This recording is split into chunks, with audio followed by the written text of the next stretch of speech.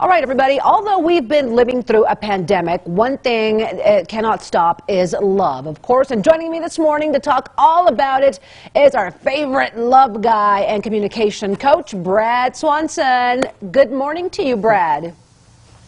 Hey, good morning, Claudia. Very happy to have you. How's life Thanks. in Pueblo? How's love life? You know, Pueblo is amazing, actually, itself, and love is everywhere, you know. Unfortunately, in my life, my relationship, actually, after 6 months just ended. Oh, no. So I'm going through some heartbreak myself as well.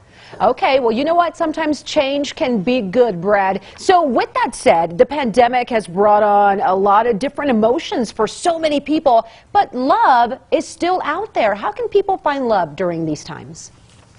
You know, this is like the best time ever to really do like some self-evaluation. And, you know, it's my answers are always going to be a little bit more challenging than just regular run-of-the-mill type stuff, you know, because this is an opportunity for people to take stock in their life, where they're at, if they're, you know, living their purpose, if they're really doing what they want to do. Because there's a book that I read years ago that really sums it up, and it's very simple. It's called Be the Person You Want to Find.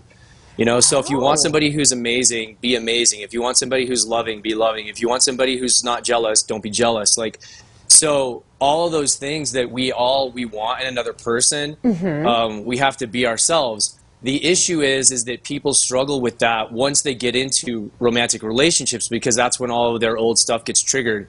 So it's really a challenge. Like in my own relationship that just ended, like we had some challenges and discussions, and in her old paradigm, she was not used to having fights, like healthy fights, and like making it through that you can have a healthy fight and make it through it.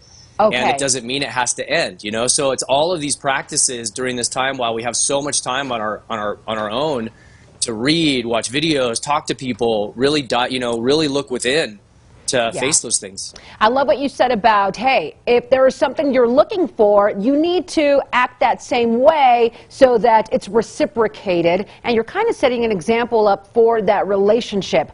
What is your advice 100%. in 2020, like in your opinion, you're single, you're good looking, what is the best way for singles to find somebody? The best way for singles to find people, I think, is I mean, there's a number of different ways. You know, I mean, I use online dating. You know, I do that because it's you meet a lot of people. You know, you're putting yourself out there. As long as you have a really authentic, honest profile, you know, that's one way. The other way is to go to like meetups, you know, meetup groups, and put yourself out there. I love also is like when anybody asks you to do stuff, you just say yes. You know, like if you have friends that go, hey, we're going bowling, or if hey, we're doing this, like it may have nothing to do with dating, like you think. It has nothing to do with dating whatsoever. And then you end up meeting somebody that you end up vibing with and talking with. So there's so many different ways. It's like, again, the thing is if you have an intention and you set your intention about that you're going to be this kind of person, that you're looking for this kind of person, well, vibrationally, you will find each other in the most random ways ever. But you have to be putting yourself out there. So you have to let go of that expectation and just go do stuff. Go live your life. Like, be living your life like you were already in a relationship, and then you might run into that person.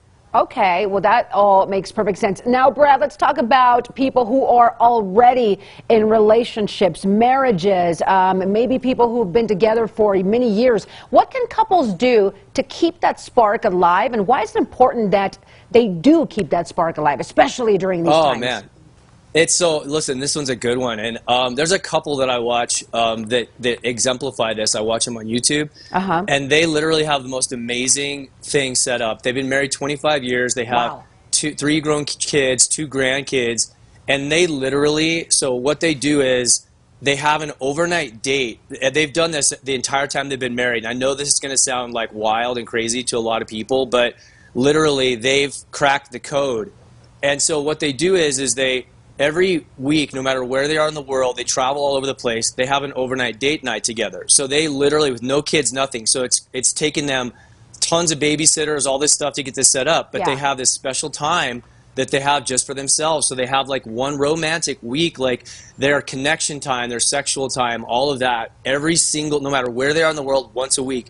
They also have understood each other's schedules to where, like, he's an early riser, she sleeps in more, so she makes like a green smoothie and he goes and does his stuff, and then they connect later in the afternoon and they go for a walk together and like download, and they do this every day. And so and when you see them and like hearing what they've created, and they're very successful and wealthy, and they have, you know, they're staying young, I'm just so inspired, because I'm like, this is the kind of relationship I really want, where you really don't ever lose respect for the other person.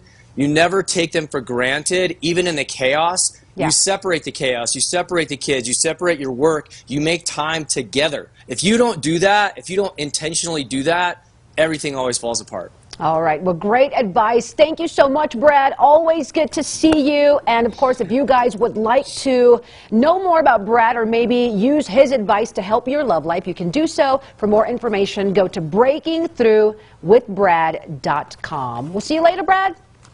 Thanks, Claudia.